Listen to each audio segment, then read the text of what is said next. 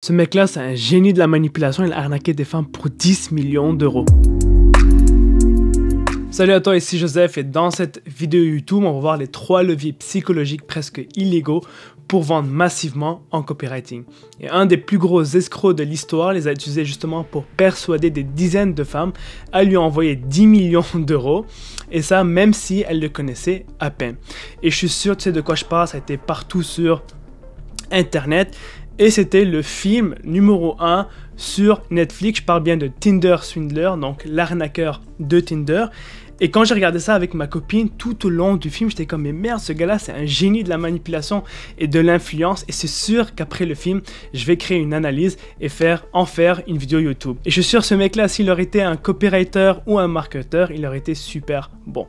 Bref, là, on va voir comment il a fait justement pour manipuler des dizaines de femmes à lui envoyer au total 10 millions d'euros. Donc tout au long du film, on va jouer sur de fortes émotions pour se rapprocher de la femme, créer cette connexion émotionnelle et ce sentiment de confiance pour par la suite obtenir ce qu'il veut. Et tu sais qu'en vente et en marketing, les émotions égale influence. Donc l'humain va acheter basé sur ses émotions et par la suite il va rationaliser par la logique. Et c'est exactement ça qu'il fait tout au long de l'histoire. Il va jouer sur les émotions, excuse-moi, pour influencer la femme. Donc là, tout commence par sa fake vie qu'il a créée sur les réseaux sociaux et sur Internet. Donc il utilise le principe de la preuve sociale et je vais t'expliquer c'est quoi dans un instant.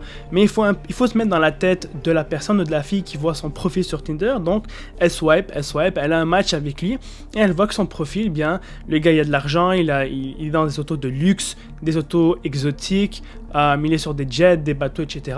Et là, sûrement, elle va se dire, mais comment il peut faire pour s'offrir ce genre de vie? Donc, logiquement, elle va aller sur Google faire des recherches et c'est exactement ça qu'elle a fait. Elle est tombée sur son site Internet, justement, qu'il a créé. C'était fake de A à Z. Et il proclame qu'il est le fils du king des diamants et qu'il hérite de l'entreprise de diamants de son père. Donc en voyant ça justement, ça va expliquer pourquoi il peut s'offrir ce genre de vie. Ça va paraître beaucoup plus crédible et rassurer justement la femme. Et en copywriting, ce qu'il faut faire, c'est à chaque fois que tu fais une promesse, il faut toujours que tu soutiennes cette promesse-là par une preuve, que ce soit une preuve sociale, du témoignage, étude de cas, recherche scientifique. Pourquoi? Car la promesse va paraître beaucoup plus crédible et ça va rassurer ton lecteur. Donc ensuite, ce qu'il va faire, il va séduire sa copine en lui payant des fleurs, des billets d'avion, des hôtels 5 étoiles. Il va les amener dans les meilleurs restos de la ville et commander tout sur le menu littéralement. Et on va voir pourquoi c'est important et pourquoi ce qu'il est en train de faire en ce moment, ça va influencer, manipuler entre guillemets, la fille plus tard et pourquoi justement elle accepte de lui donner de l'argent. Donc pendant un mois, tout ce qu'il fait, c'est manipuler sa copine en la projetant dans un futur qu'elle désire énormément. Donc là, il faut comprendre c'est quoi le désir profond de la femme qu'il est en train de fréquenter. Donc pour elle, elle rêve de créer une famille, avoir des enfants, se sentir aimée et appréciée par Simon, et c'est exactement ça qu'il fait. Donc il joue justement sur ses désirs profonds pour se rapprocher d'elle, créer un sentiment de confiance et une connexion émotionnelle très puissante. Donc il va lui dire je t'aime, tu me manques, je veux avoir des enfants avec toi, je veux créer une famille avec toi, et c'est exactement ça qu'elle recherche. Donc le fait de faire ça pendant un mois, de jouer avec les émotions, ça va créer une certaine intimité, une certaine confiance, et elle va encore plus l'aimer. Et là, ce qu'on vient de voir, bien, ce sont les besoins fondamentaux de la pyramide de Maslow. Donc je pense que ça, tu le connais déjà.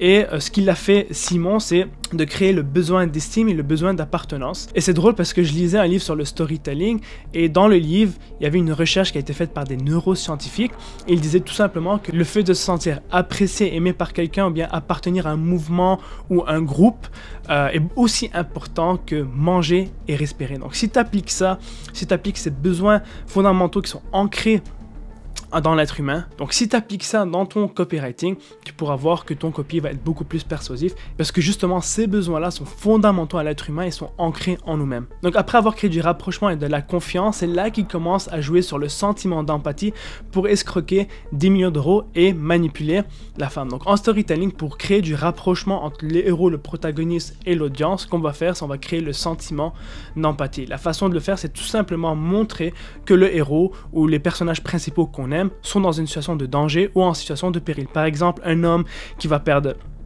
sa femme ou sa fille, ou bien quelqu'un qui est sur le point de mourir, ça va créer un sentiment d'empathie et l'audience va se rapprocher de cet héros-là et va plus l'aimer.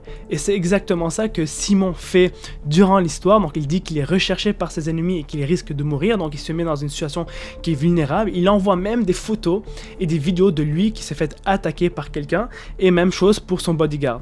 Donc ce que ça fait, ça va créer un sentiment d'empathie. Sa copine, elle va se rapprocher de lui, elle va se sentir mal de ne pas pouvoir l'aider. Et c'est là qu'il va lui demander de l'argent pour pouvoir survivre. Et logiquement, elle, vu qu'elle aime, qu'elle le fait confiance et que c'est son copain, elle a dit oui. Mais comment a-t-elle été influencée pour envoyer des dizaines de milliers d'euros à un homme qu'elle connaissait à peine? Eh bien, un des principes d'influence et de manipulation, selon Robert Cialdini, donc un professeur de psychologue en marketing et en vente, c'est l'appréciation. Donc il en parle énormément dans son livre Influence et manipulation, et si vous ne l'avez pas lu, je vous conseille fortement de le faire. Donc en gros, nous sommes plus enclins à accepter des demandes des personnes qu'on aime et en qui on a confiance. Et c'est pour ça qu'elle a accepté de lui envoyer de l'argent, parce que elle aime, elle lui fait confiance, son amoureux risque de mourir, donc il est en situation de péril, et si elle ne l'aide pas, elle se sentira mal de ne pas l'avoir fait. Donc elle se sent obligée, entre guillemets, de le faire, même si elle n'avait pas vraiment les moyens. Donc tu vois, le gars c'est un génie, il a utilisé presque tous les principes de persuasion pour manipuler les femmes et obtenir ce qu'il veut, donc de l'argent. Et si on pousse un peu plus loin, aussi le principe de réciprocité. En gros, nous sommes plus enclins à aider ou donner quelque chose à quelqu'un qui nous a initialement aidé. Et si on retourne un peu en arrière, donc je t'avais parlé ça au début de la vidéo, lorsque Simon a séduit sa copine avec des fleurs, les restaurants de luxe, les hôtels 5 étoiles, etc., ce qu'il a fait, c'est qu'il a appliqué le principe de réciprocité. Donc là, elle, aujourd'hui, avec la situation qui se passe en ce moment, elle se sent presque obligée de lui rendre l'appareil.